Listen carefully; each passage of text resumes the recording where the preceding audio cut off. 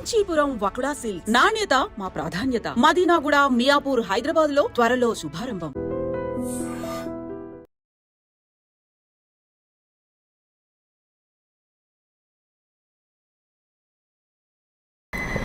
గొప్ప విషయం. మీ వీడియోస్ చాలా ఫాలో అవుతూ ఉంటారండి చాలామంది, అందులో నేను ఒక వ్యక్తిని చెప్పాలంటే. కానీ నాకు చూసిన ప్రతిసారి ఏంటంటే మీరు అధికారంలో ఉన్న పార్టీనండి, వ్యక్తిగతంగా మీరు ఎవరిని ఏమీ అనకపోయినా అధికారంలో ఉన్న పార్టీ విషయంలో కుండ బదులు కొట్టినట్టు ఉన్న విషయాన్ని మీరు సూటిగా మాట్లాడడం అనేది ప్రజలందరికీ నచ్చింది. ఒక సామాన్య వ్యక్తిగా జర్నలిస్ట్ అనే దాన్ని పక్కన పెడితే సామాన్య వ్యక్తిగా నాకు బాగా నచ్చింది. కాకపోతే ప్రస్తుతం ఉన్న కాలమాన పరిస్థితుల్లో ఒక జర్నలిస్ట్ అవనివ్వండి లేదా ఒక మీడియా ఛానల్ అవనివ్వండి, ఏదైనా సరే ఉన్న మాటను అడిగితే చాలా నిష్ఠూరంగా ఉంటుంది. అసలు అడిగేవాడే లేడు ఈ రోజుల్లో. ఛానల్ కానీ జర్నలిస్టులు కానీ ఎంతమంది అడుగుతున్నారు, ఎంత నిజాయితీగా ఉంటున్నారు అనేది ప్రతి ఒక్కళ్ళం కూడా మనం ప్రశ్నించుకోవాల్సిన అవసరం ఎంతైనా ఉంది. ఇలాంటి పరిస్థితుల్లో మీ ధైర్యం ఏంటి అసలు? మీ అంత ఓపెన్గా అలా మాట్లాడితే మీకు మీ ధైర్యం ఏంటనేది నాకు అర్థం కాదు. నిజమే నా ధైర్యం, సత్యమే నా ధైర్యం. అంటే నేను అబద్ధాలు చెప్పి చనిపోదలుచుకోలేదు, నిజం చెప్పి చనిపోవాలనుకుంటున్నా. ఒకటండి, అసలు ఏమీ చేయకుండా చనిపోవడం, ఒక జంతువు చనిపోవడం పెద్దగా తేడా ఏం లేదండి. ఈ ప్రజల కోసం ఏదైనా చేయాల్సిందే. ఒక జర్నలిస్ట్గా ఒక నిబద్ధతతో బ్రతకాలి. జర్నలిస్ట్ అనేవాడు, కళాకారుడు అనేవారు నిత్యం ప్రతిపక్షంలో ఉండాలండి. ప్రతి క్షణం ప్రతిపక్షంలో ఉండాల్సినటువంటి డిపార్ట్మెంట్లు ఇవి. జర్నలిస్టు, కళాకారుడు, కవి, వీళ్ళంతా. నేను ఆ పాత్రలోనే ఉన్నాను. అంటే చూసే వాళ్ళకి కాస్త డిఫరెంట్గా కనిపిస్తుంది. ఏమని, ఎందుకు ఈ ప్రభుత్వాన్ని విమర్శిస్తున్నాడు అంటే, ప్రభుత్వాన్ని విమర్శించకపోతే ప్రతిపక్షాలను విమర్శించలేం కదండి. వీళ్ళ ఫెయిల్యూర్స్ని కూడా ప్రశ్నిస్తాం. కానీ సేమ్ టైము అధికారంలో ఉన్న వాళ్ళు, అక్కడ కేసీఆర్ కాకుండా ఉత్తమ్ కుమార్ రెడ్డి ఉంటే ఆయనను కూడా అంటాం కదండి. అంటే ఒక జర్నలిస్టు తన వృత్తి ధర్మంలో భాగంగా ఏం చేయాలనో అదే చేస్తున్నా. అది చూసే వాళ్ళకు అంటే ఈ సందర్భం ఇప్పుడు మీరే కొద్దిగా డౌట్ పడుతుంది, ఇంత ధైర్యంగా ఎట్లా, దానికి ధైర్యం ఎందుకు? నిజం మీ వెనకాల ఉంటే చెప్పడానికి ధైర్యం ఎందుకు? అంటే దాచుకొని చెప్పాలంటే జర్నలిస్ట్ అంటే కొంచెం దాయాలి, కొంచెం దాచి కొంచెం రివీల్ చేయాలి, ఎక్కువగా చేయొద్దు, దానికి మోతాదు కొలమానం ఇట్లా ఏం లేదండి. నిజం ఏదో అది చెప్పాలి. అది చెప్పకుండా ప్రజల్ని మోసం చేయొద్దు. అది చెప్పాలన్న కాన్సెప్ట్ తోటే నేను ఈ సత్యాన్ని మాట్లాడతా. నా ధైర్యం ప్రజలే, నా ధైర్యం నిజాయితీ, నా ధైర్యం నిబద్ధత, నా ధైర్యం సత్యం. ఇవే నా ధైర్యం. ఇదే కాదండి, ఇంకా చాలా చేయగలుగుతా. అసలు తప్పు చేసేవాళ్ళు కదండి భయపడాల్సింది. అవును, డెఫినెట్గా. మరి ఒక నిజాన్ని మాట్లాడేటోడు ఎందుకు భయపడాలి? భయపడద్దు.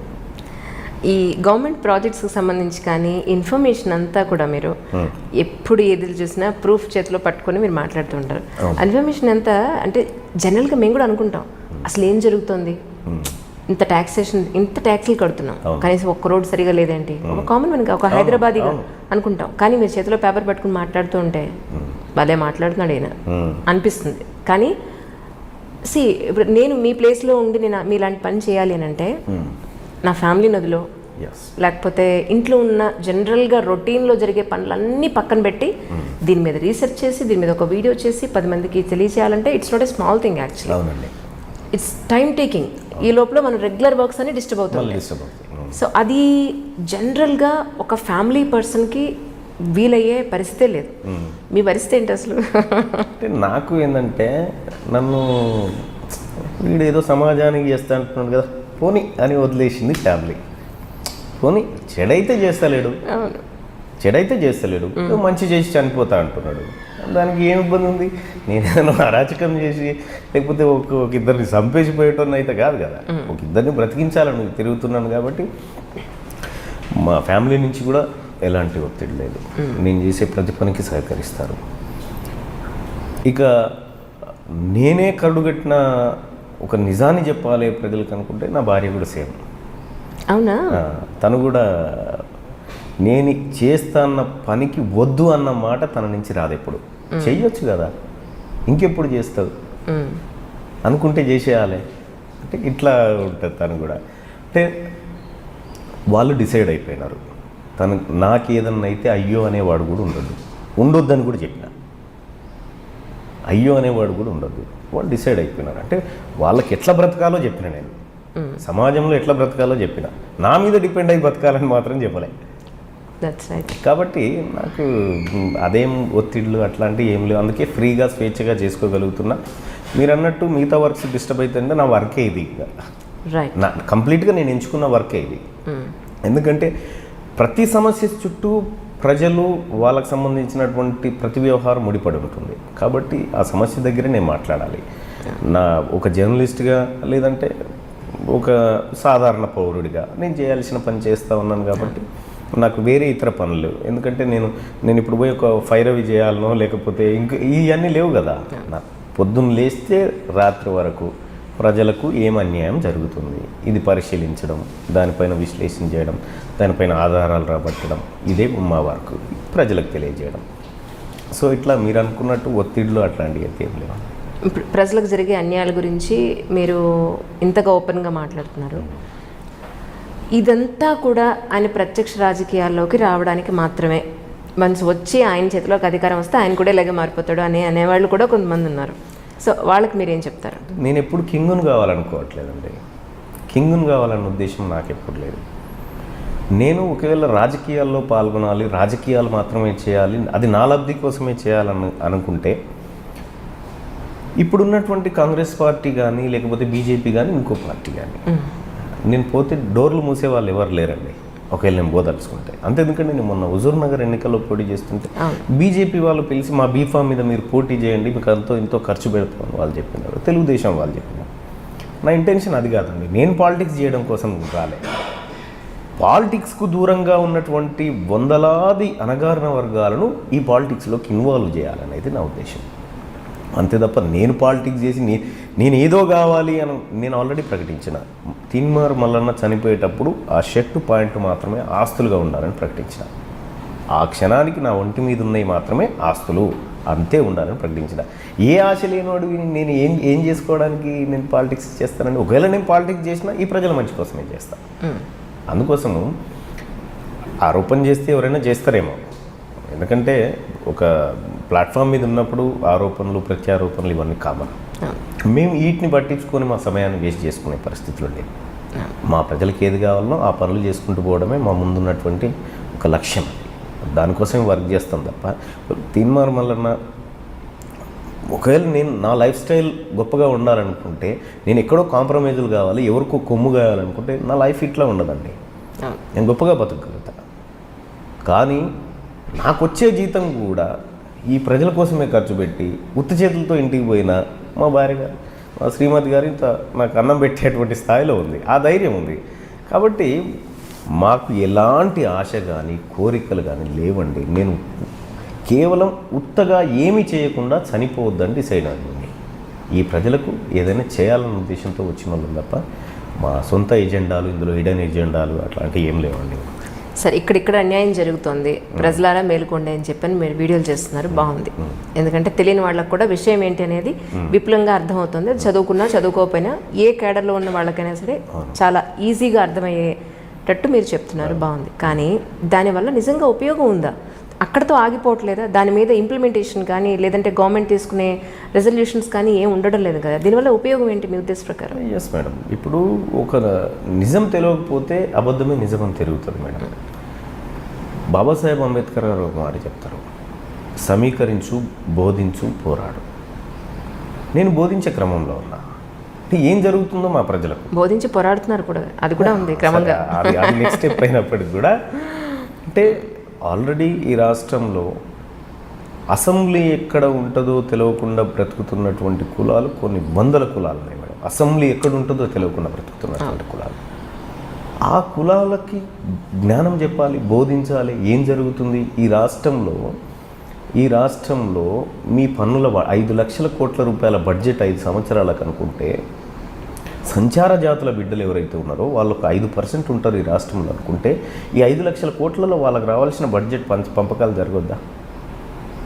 అంటే ఇదంతా ఎవరు చెప్తారండి మా వర్గాల ప్రజలకి? ఇప్పుడు రేవంత్ రెడ్డి గారు వచ్చి చెప్తాడా, బాబు మీరు 185% ఉన్నటువంటి బీసీ ఎస్సీ ఎస్టీలు మీకు ఇంత వాటా రావాలి, ఇంతమంది మీరు ఎమ్మెల్యేలు అసెంబ్లీలో ఉండాలని రేవంత్ రెడ్డి చెప్తాడా, లేకపోతే కేసీఆర్ చెప్తాడా, లేకపోతే ఇంకో కిషన్ రెడ్డి చెప్తారా? ఎవరు చెప్పరు కదండి. మా ప్రజలకు మేమే చెప్పాలి. కాబట్టి అదే చెప్తాను. అది వృధా అవుతుందని మేము అనుకోవట్లేదు. వాళ్ళకి తెలవనన్ని రోజులు అది మాకేందో అందని పదార్థంగా ఉండే. ఇప్పుడు మాకు పాలిటిక్స్ తెలుస్తున్నాయి కదా, అందుకోసమే ఇది వృధా కాదు. ఇది ఆరంభంలో ఉన్నాం కాబట్టి కాస్త ఇట్లాగే కనిపిస్తుంది, అజిటేషన్లోకి వచ్చినప్పుడు కనిపిస్తుంది ఒరిజినాలిటీ. అంటే బేసిక్గా మీకు కేసీఆర్ గారు అంటే బాగా ఇష్టం అని చెప్పని విన్నాను. యాక్చువల్లీ ఇష్టం.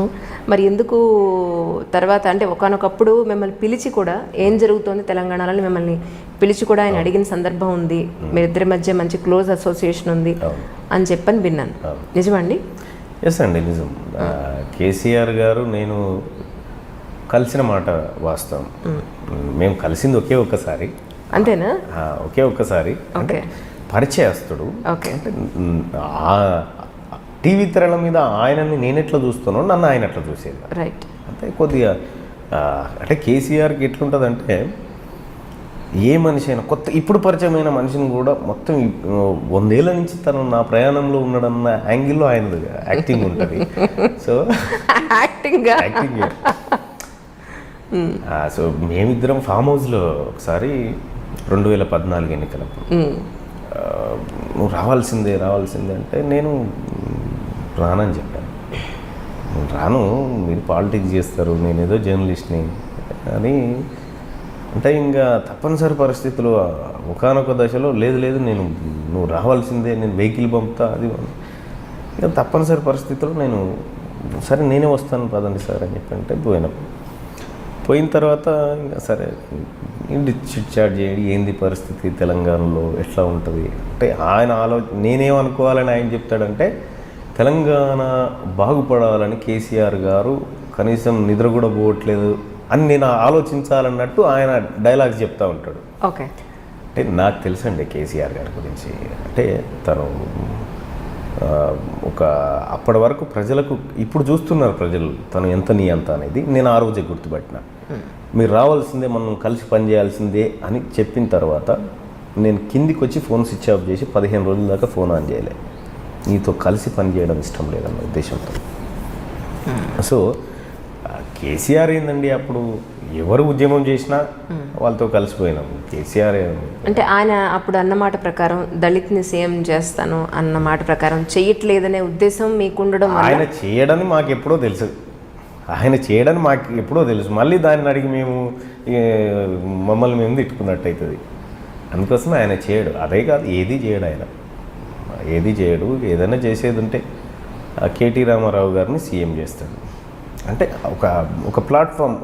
అంటే తెలంగాణలో కేసీఆర్ తర్వాత ముఖ్యమంత్రి ఎవరన్నా ఉన్నారంటే ఇప్పుడు నేను చేస్తానా అండి, రామారావు గారిని చేస్తానా, నిజమేనా ఇది అన్నట్టు చూసినావా, అది పెద్ద కుట్ర. అది అంటే రామారావుని చేయడం అర్హుడే, కానీ ఇప్పుడు చేస్తానా అని అసెంబ్లీలో చెప్పిండు.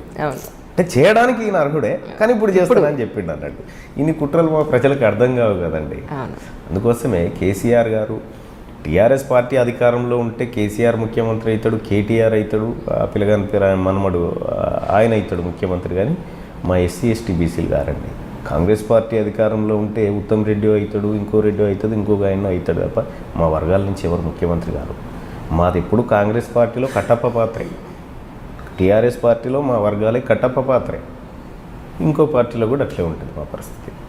కాబట్టి రాజకీయంగా చైతన్యం కావాలి మా ప్రజలు. అయిన తర్వాత మా వర్గాల నుంచి ఒక నాయకత్వం పుడితే దాని ద్వారా ముఖ్యమంత్రి కావాల్సిందే. కానీ వీళ్ళు చేస్తారన్న ఆలోచన ఇంకా భ్రమంలో ఉంటే గొర్రెల మంద పోయినట్టే ఉంటుంది.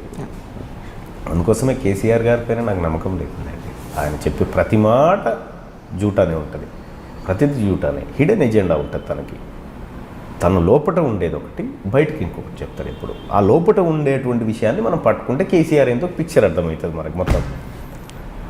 కానీ మీరు చెప్పే సత్యాల వల్ల, లేకపోతే మీరు ఇచ్చే ఇన్ఫర్మేషన్ వల్ల, మీరు చేసే వీడియోల వల్ల, ఇప్పుడు మీరు ఏ వర్గాలైతే చెప్పారో ఆ వర్గాలంతా కూడా కొంతమంది అంటే ఈ బ్యాక్వర్డ్ ఉండే ఆర్థికంగా వెనుకబడిన తరగతులు ఏవైతే ఉన్నాయో, ఎలక్షన్స్ వస్తే వాళ్ళకు ఒక పండగ, ఒక ఇన్కమ్ సోర్స్లా ఆలోచించే అలాంటి తరగతుల వల్ల మరి ఎంతవరకు ఉపయోగపడుతుంది దేశానికి మీ ఉద్దేశ ప్రకారం? వాళ్ళకి ఎప్పుడు తెలుస్తుంది చెప్పండి. ఎస్, అదే మేడం.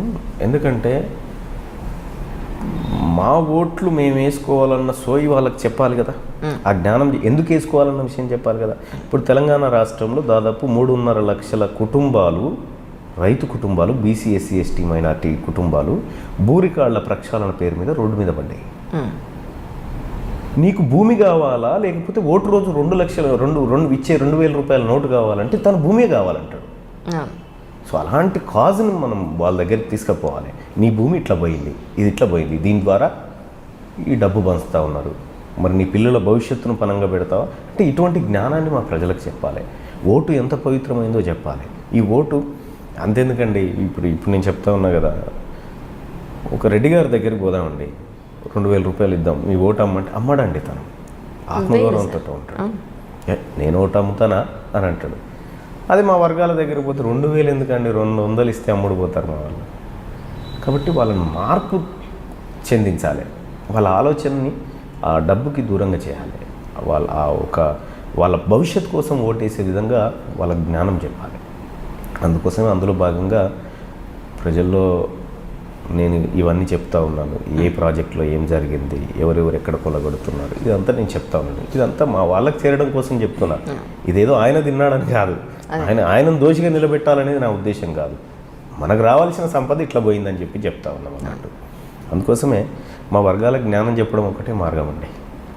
మీ ఇంత చేశారు కదా, మరి లాస్ట్ టైం హుజూర్ నగర్ సంబంధించిన ఎలక్షన్స్లో మీరు ఓడిపోవడానికి గల కారణం ఏంటి అని మీరు అనుకున్నారు? మేము ఎట్లా గెలుస్తామండి ఎక్కడ? మరి ఏ ఉద్దేశంతో పోటీ చేశారు మీరు? అంటే ఒకటండి, తెలంగాణ రాష్ట్రంలో జరుగుతున్నటువంటి ఏకైక ఎన్నిక, ఉప ఎన్నిక. అంటే రాష్ట్ర ప్రజల దృష్టి మొత్తం హుజూర్ నగర్ పైన ఉంటుంది. అక్కడ కనుక మా కాజ్ ఏదైతే ఉందో, మా భూములు కొల్లగొట్టారు, మా సంపదను కొల్లగొట్టారని ఏదైతే పదం మేము వాడుతున్నామో ఆ పదం రాష్ట్ర ప్రజలకు మొత్తం తెలిసిపోతుందండి. రైట్. అది జనరల్ ఎలక్షన్లు అయినా అనుకో, నేను ఎక్కడైనా మాట్లాడితే అక్కడే తెలిసిపోతుంది, రాష్ట్రం అంతా తెలియదు. ప్రజల అటెన్షన్ ఎటువైపు ఉందో అటువైపు పోయి మాట్లాడాలన్న ఉద్దేశంతో పోయినామండి. అక్కడ కూడా ఆ ప్రజలేం ఆదరించలే కాదండి. వాళ్ళు చాలామంది ప్రజలు ఒకవేళ నిజాయితీగా మేము ఓటు వేయదలుచుకుంటే మల్లన్నకి వేయాలని చెప్పిన వాళ్ళు చాలామంది ఉన్నారండి.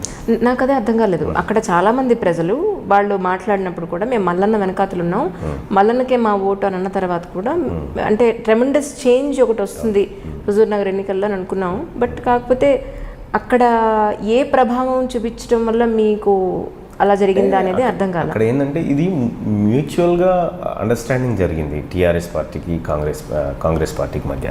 ఉత్తమ్ కుమార్ రెడ్డి, కేసీఆర్ ఇద్దరు వేరువేరు కాదండి.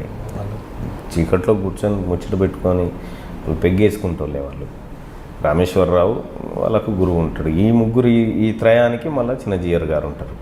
సరే, అక్కడ ఏంటంటే ఉత్తమ్ కుమార్ రెడ్డి ఎంపీ ఎలక్షన్లో పోటీ చేసేటప్పుడు హుజూర్ నగర్లో భారీ ఓటింగ్ రాబట్టుకోవడం కోసం తన పైన ఓడిపోయినటువంటి శానంపూడి సైద్ రెడ్డికి ఒక హామీ ఇచ్చారు. నేను రాజీనామా చేసి అక్కడ గెలిస్తే నువ్వు ఇక్కడ ఎమ్మెల్యే అవుతావు, కాబట్టి ఈ ఓట్లన్నీ నాకు పడేటట్టు చూడు. రైట్. తీరా ఏమైంది, మళ్ళీ శానంపూడి సైద్ రెడ్డిని గెలిపించాలి, సేమ్ టైము ఆ నియోజకవర్గం ఉత్తమ్ కుటుంబం హస్తంలో ఉండాలి. వాళ్ళే ఇన్ఛార్జ్, ఓడిపోయిన వాళ్ళు ఇన్ఛార్జ్గా ఉంటారండి.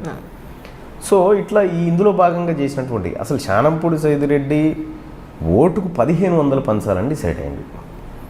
1,500 నువ్వు పంచితే నువ్వు ఎట్లా గెలుస్తావు, ఆ 500 మాకు ఇస్తే 500 మేము పంచుతాం, 1000 మీరు పంచండి, మేము తక్కువ ఇచ్చినాం కాబట్టి మేము ఓడిపోతాం. ఈ ఒప్పందంలో భాగంగా ఓడిపోయినారు. అసలు అక్కడ టీఆర్ఎస్ కాంగ్రెస్ ఎవరు పోటీ చేసినా కూడా గెలుపు టీఆర్ఎస్కు ముందే డిసైడ్ చేసుకొని దిగినటువంటి. అది మీకు తెలుసు, విన్నామను అనే విషయం మీకు తెలుసండి. మాకు తెలుసు, ఎందుకంటే మేము పోయింది అక్కడ ఫలితంతో కాదండి, ఫలితంతో సంబంధం లేకుండా ఒక కాజ్ను బిల్డ్ చేయాలన్న ఉద్దేశంతో పోయిన వాళ్ళండి. అది చేసే సందర్భంలో అనేక కుట్రలు జరిగినాయి, అనేక కేసులు పెట్టడం, ఇబ్బందులు పెట్టడం జరిగింది. అవన్నీ ఏం పట్టించుకోము. కానీ సో ప్రజలకు కాస్త ఈ జ్ఞానం తెలుస్తుందేమో, ఈ సోయి వస్తుందేమో అన్న ఉద్దేశంతో మమ్మల్ని అడ్డుకోవడం జరిగింది. అక్కడికి పోయి కూడా మేము అక్కడ ఉత్తమ్ కుమార్ రెడ్డి రేవూరు కాడ 950 సర్వే నెంబర్లో పెట్టినటువంటి 600 ఎకరాల కబ్జా వివరాలు డాక్యుమెంట్లు బయట పెట్టినాం. గుర్రంపూడి తాండా సర్వే నెంబర్ 540లో 520 ఎకరాల భూమి శానంపూడి సైదిరెడ్డి మనుషులు వీళ్ళు బినామీలు కబ్జాలు పెట్టినటువంటి భూమి ఇవన్నీ కదా మేము బయట పెట్టిన డాక్యుమెంట్. ఏం చేసుకుంటారు సార్ ఇంత వందల వేల అదే ఎకరాలు అంటున్నాను మేడం, ఏం చేసుకుంటారు సార్? నేను అదే అంటున్నా. అక్కడ ఏమంటున్నారు ఉత్తమ్ కుమార్ రెడ్డి గారు, మాకు పిల్లలు లేరు, ప్రజలే మా పిల్లలు లేనోడికి 600 ఎకరాల భూమి ఎందుకండి, 6 అడుగుల జాగా సరిపోదా? అంటే పిల్లలున్న కుటుంబాలకు ఆ భూమి ఉంటే దాని నుంచి ఉత్పత్తి వస్తుంది. అంటే సంపదను కొల్లగొడుతూ ఓవైపు ఈ నాటకాలు మళ్ళీ చీకటి రాజకీయాలు చేస్తూ, సో ఇటువంటి అన్నీ హుజూర్ నగర్లో ఇది ఒక ఇంటర్నల్గా ఒక కేసీఆర్ ఉత్తమ్ రెడ్డి ఒప్పందం ప్రకారం జరిగినటువంటి ఒక ఎన్నికలు. వాటి నుంచి మేము ఫలితాన్ని ఏం ఆశించలే కానీ మా కాజును మాత్రం డెవలప్ చేయగలిగాం అక్కడి నుంచి. ఏంటి సార్ ప్రస్తుతానికి ఉన్న కరెంట్ అఫైర్ ఏంటి అని అంటే ఆర్టీసీ వాళ్ళకి సంబంధించిన సమ్మె అవును, అసలు చాలా ఉధృతంగా ఉందని చెప్పాలి ఒక మాటలో చెప్పాలంటే. అంటే బయట చెప్పేది ఏంటంటే మేము ఒక 2 రోజుల ముందు శాలరీ అడిగినందుకు ఇంత చేశారని కొంతమంది, లేదు గవర్నమెంట్లో విలీనం చేయమని అడిగినందుకు ఇలా చేస్తున్నారని. అసలు ఏంటి సార్ ఆర్టీసీలో ఉన్న సమస్య ఏంటి? వాళ్ళకి వీళ్ళకి అంటే గవర్నమెంట్కి ఆర్టీసీకి మధ్య ఉన్న ఆ గ్యాప్ ఏంటి మీ ఉద్దేశ ప్రకారం? ఏం జరుగుతుంది అసలు? 100% కేసీఆర్ చేపిస్తున్నటువంటి సమ్మె. సీరియస్లీ? ఎస్, ఎందుకు కాదంటారండి? అంటే వీళ్ళు మేము అడుగుతున్నా ఆయన ఒప్పుకోవట్లేదు. కార్మికులు జెన్యూన్, కానీ కార్మికులకు నాయకత్వం వహిస్తున్నటువంటి వ్యక్తులు కేసీఆర్తో లాలుచిపడ్డారు అనేది నాకు ఉన్నటువంటి ఇన్ఫర్మేషన్, నాకు అందుతున్నటువంటి సమాచారం.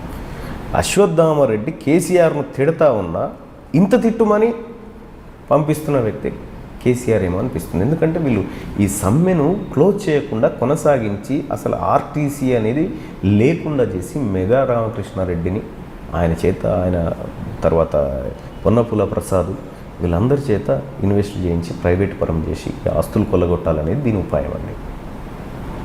అసలు నిజంగా అశ్వత్థామరెడ్డి అనే వ్యక్తికి ఈ చేయాలనుకుంటే 24 డిమాండ్లు ఏదో 25 డిమాండ్లు పెట్టినట్టున్నారు. కొన్ని తక్షణం పరిష్కారం కావాలి, కొన్ని కొంచెం లేట్ జరుగుతుంది. సో అట్లా మూమెంట్ని తీసుకుపోవచ్చు కదండి. 24 ఒక్కటి తప్పినా మేము చేయమని అంటే సమ్మె చేసుకోవడానికి మీకు హక్కు ఉంది.